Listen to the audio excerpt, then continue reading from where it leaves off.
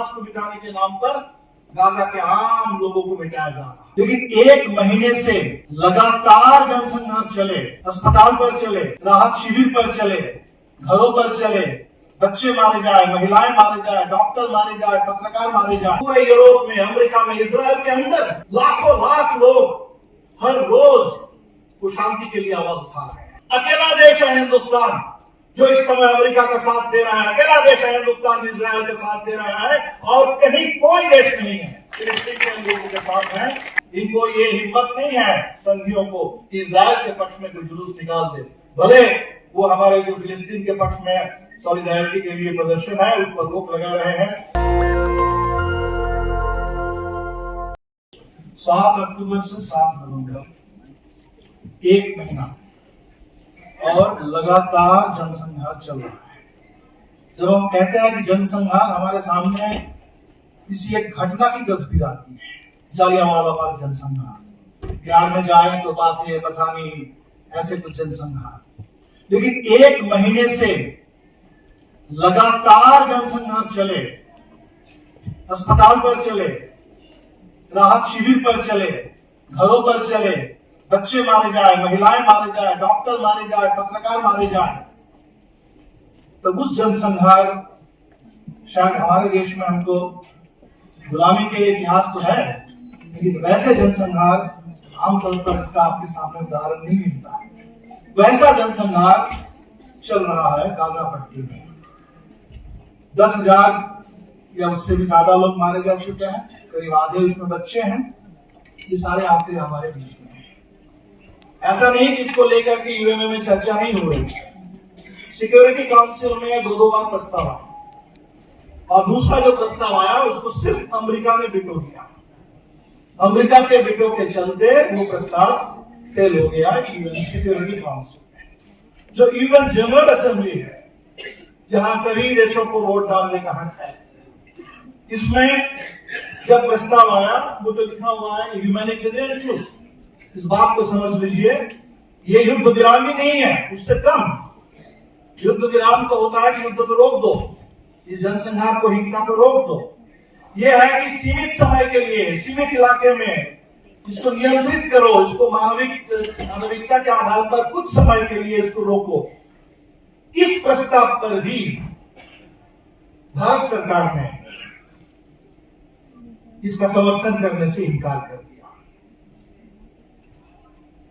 ऐसा नहीं कि पश्चिम के सारे देश अमेरिका के साथ हैं, फ्रांस आमतौर पर अमेरिका के साथ है, लेकिन इस पर्टिकुलर प्रस्ताव में फ्रांस ने भी इस शांति के पक्ष में, इस ह्यूमैनिटेरियन पॉज के पक्ष में उसने वोट दिया। और दुनिया के अगर हम सड़कों की बात करें, जनता की बात करें, तो हमारे सामने ये बहुत जबरदस्त तस्वीर इस समय है। हमें अफसोस है, शर्म है, हिंदुस्तान में हम लोग कोई बड़ा जुलूस नहीं निकाल पा रहे हैं। हमारी स्थिति कुछ अलग है, लेकिन दुनिया में, पूरे यूरोप में, अमेरिका में, इजराइल के अंदर लाखों लाख लोग हर रोज को शांति के लिए आवाज उठा रहे हैं। वो फिलिस्तीनी नहीं है, उनमें से हो सकता है बड़े जो 40-50% मुस्लिम होंगे, मुस्लिम भी नहीं है। पूरा दुनिया, यहूदी लोग, वो कह रहे हैं कि हमारे नाम पर ये कत्लेआम मत करो। हमने झेला है, हिटलर के जर्मनी में 60 लाख यहूदियों को इसी तरह जनसंहार करके गैस चेंबर में अलग अलग तरीके से उनको कत्ल कर दिया गया था। हम भुगतभोगी रहे हैं और इसीलिए हमारे नाम पर एक दूसरा जनसंहार ऐसा मत चलाओ, मत करो। ये यहूदी बोल रहे हैं अमेरिका के अंदर, इजराइल के अंदर, पूरी दुनिया में। नई पीढ़ी के नौजवान हम देख रहे हैं कि जिनको पहले पता नहीं रहता था कि क्या है फिलिस्तीन, क्या है, क्या होता है, लेकिन आज के सोशल मीडिया में बातें दुनिया भर में पहुंच रही हैं, लोग विरोध कर रहे हैं। इसलिए हमारे सामने सबसे बड़ा जो सवाल है कि हमें भारत के अंदर इस युद्ध के खिलाफ, क्योंकि ये युद्ध कौन चला रहा है? इजराइल, और इजराइल के पीछे अमेरिका। उनका तर्क क्या है? उनका तर्क है कि इजराइल को आत्मरक्षा करने का हक है, वो इसको आत्मरक्षा बता रहे हैं। उनका तर्क है कि हमास को मिटाना है। अब जरा सोच लीजिए, 7 अक्टूबर को जब हमास ने हमला किया इजराइल पर, इजराइल को कुछ पता नहीं था, कोई जानकारी नहीं थी, कुछ भी नहीं था।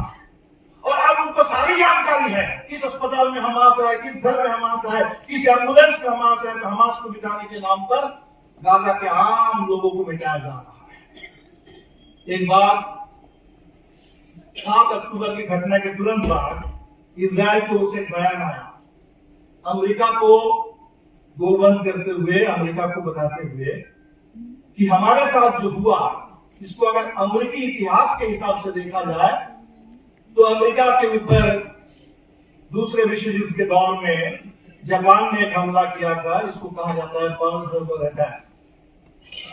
और कहने के लिए अमेरिका वाले कहते हैं कि वो जो हिरोशिमा और नागासाकी में जो परमाणु बम गिराया था, वो पर्ल हार्बर का बदला लिया गया। इजराइल ने कहा कि हमारे साथ एक साथ पर्ल हार्बर भी हुआ और जो 9/11 में हुआ है वो भी हुआ।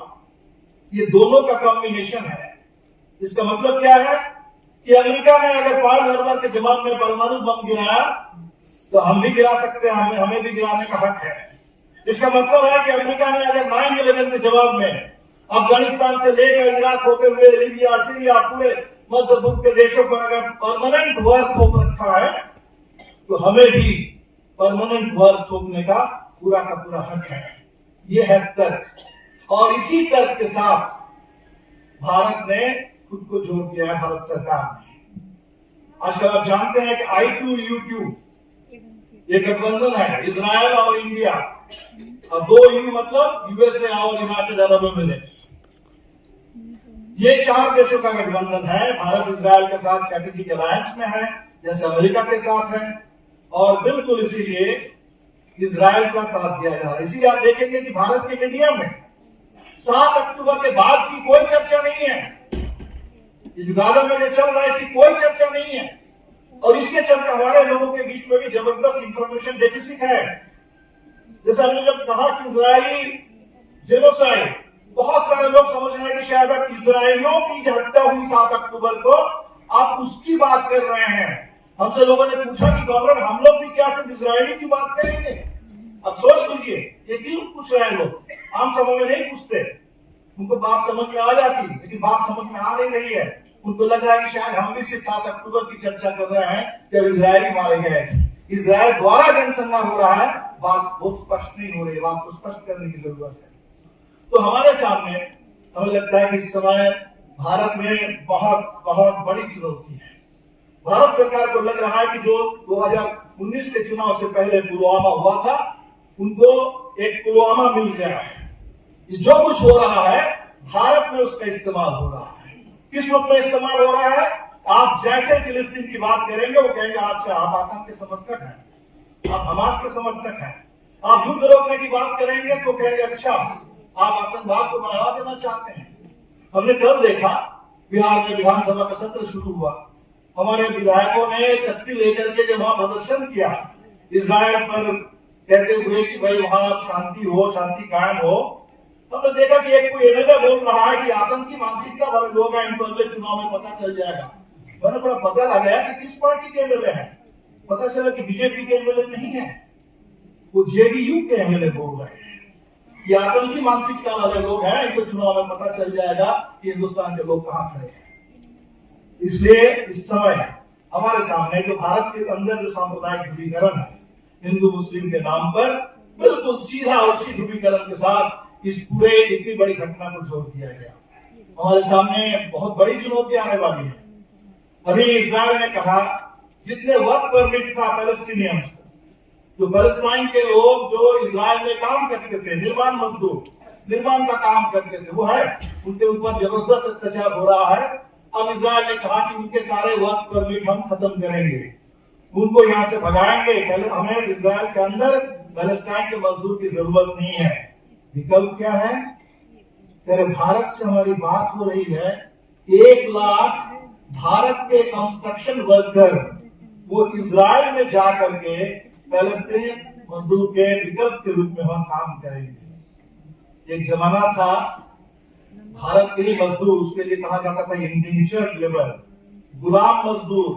भारत के मजदूरों को जैसे भारत के अंदर चाय बागान में यहाँ वहां भेजा गया, अंग्रेजों ने भेजा, तो उसी तरह भारत के ही मजदूर थे, गिरमिटिया मजदूर, वो गुलाम मजदूर जिन्होंने जाकर के फिजी से, मॉरिशस से लेकर के पूरा वेस्ट इंडीज, जगह जगह दुनिया में आज बसे हुए हैं, वहां लोगों ने निर्माण का काम किया।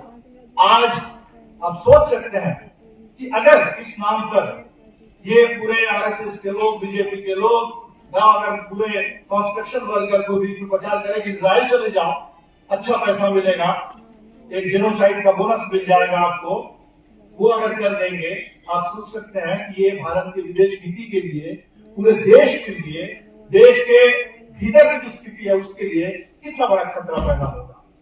विदेश नीति निश्चित तौर पर उसके लिए एक मॉरल कोर भी है, एक मॉरल कंपस भी है, इसके साथ साथ उसका एक इतिहास भी है, वो राष्ट्रहित के पक्ष में भी है। क्या ये हमारा राष्ट्रहित है? क्या हमारा राष्ट्रहित है कि हम पूरे एशिया में देख लीजिए, एशिया का मैप उठा करके अकेला देश है हिंदुस्तान जो इस समय अमेरिका का साथ दे रहा है, अकेला देश है हिंदुस्तान इजराइल का साथ दे रहा है, और कहीं कोई देश नहीं है।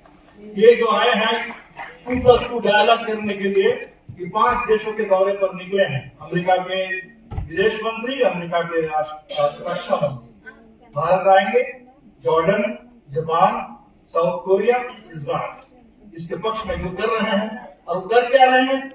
अभी तक 25,000 टन बम गिराया गया। कल हम रवीश कुमार का कार्यक्रम सुन रहे थे, कह रहे कि औसत एक घर में 10 टन बम गिराया गया। अमेरिका इसको फाइन ट्यूनिंग कर रहा है, वो कह रहे हैं कि बड़े बम से शायद ज्यादा हो रहा है, तो थोड़ा प्रिसाइज, उसमें प्रिसिशन लाने के लिए छोटे बम हम आपके पास भेजेंगे ताकि आप बिल्कुल निशाने पर मार सकें। तो अमेरिका इजराइल को पैसा, हथियार, राजनीतिक समर्थन, दुनिया भर का समर्थन सब कुछ देकर इसकी तैयारी कर रहा है, और हम उसमें शामिल हो जाएंगे और पूरा अलगाव झेल लेंगे, अलगाव बोल देंगे। बांग्लादेश में हम देख रहे हैं कि वहां जुलूस निकल रहा है, इजराइल भारत गठजोड़ मुर्दाबाद। हम इजराइल के साथ एक ब्रैकेट में आ जाएंगे, इजराइल अमेरिकी गठबंधन के साथ, तो तत्काल भारत के विदेश नीति को, ये जो इजराइल अमेरिका की धुरी है, इस धुरी में ये हम बिल्कुल नहीं रहेंगे। भारत की विदेश नीति अगर आजाद है तो इस आजादी को हमें इस धुरी से बाहर करना होगा। भारत की विदेश नीति शांति की बात करेगी, भारत की विदेश नीति इस समय न्याय की बात करेगी, भारत की विदेश नीति फिलिस्तीन के लोगों के साथ खड़ी होगी, और फिलिस्तीन के लोग जो अपने ही देश में गुलाम है, अपने ही देश में जिनके पास कोई आजादी नहीं है, और बिल्कुल जैसे दक्षिण अफ्रीका में जो नस्लभेद था, आज वही वेस्ट बैंक में हमारे मुसर्रफ साहब ने बताया कि वहां तो कोई हमास नहीं है, लेकिन वहां इजरायली सेटलमेंट है, और वहां 2 तरह का कानून होता है, 2 तरह का बर्ताव होता है। फिलिस्तीनियों के लिए वो गुलाम की तरह है, उनके सड़कों पर चलने के लिए अलग नियम है, उनके लिए आजादी नहीं है। वहां इजरायली पूरे अपने अधिकार के साथ, रोक के साथ वो रहते हैं। ये जो स्थिति है, इस अपार्टाइड के खिलाफ, इस पूरे सेटलर कॉलोनियलिज्म के खिलाफ फिलिस्तीन के लोग लड़ रहे हैं, लगातार लड़ रहे हैं, और इसलिए ये लड़ाई जारी रहेगी। और शायद एक हर नेगेटिव में कुछ पॉजिटिव भी देखना चाहिए। पॉजिटिव शायद यही बात आई कि दुनिया भर में फिर एक बार फिलिस्तीन के पक्ष में, उसकी आजादी के पक्ष में, न्याय के पक्ष में आवाज बुलंद हो रही है। सरकारें एक तरफ, सड़कें दूसरी तरफ, आवाम दूसरी तरफ। हम सड़कों के साथ हैं, आवाम के साथ हैं, फिलिस्तीन के लोगों के साथ हैं, पूरी दुनिया के लोगों के साथ है। अब देश के अंदर हम अपने साथियों से कहेंगे कि बहुत कठिन काम है, और इसीलिए हम लोगों ने 4 दिन का लिया। ये 2-4 इवेंट करने वाला मामला नहीं है, ये हर घर में जा करके, हर गांव में, हर फैक्ट्री में, हर मोहल्ले में बहस करने का सवाल है कि लोग इस बात को किस रूप में समझ रहे हैं। लोगों से बात करने की जरूरत है इस सवाल पर कि हम अगर नहीं समझेंगे, 200 साल अंग्रेजों की गुलामी हमने झेली है, जालियांवाला बाग हमने झेला है, हम अगर इस समय इस गुलामी के खिलाफ, इस आजादी के पक्ष में खड़े नहीं होंगे तो कौन खड़े होंगे? अगर यहूदी इस बात को कह सकते हैं, वो अगर कह सकते हैं कि हम झेले हैं जनसंख्या होलोकॉस्ट और हमारे नाम पर ये ना हो, तो क्या हम नहीं कह सकते कि हमारे नाम पर बिल्कुल ऐसा नहीं होना चाहिए? ये हमारे लिए शर्म की बात है।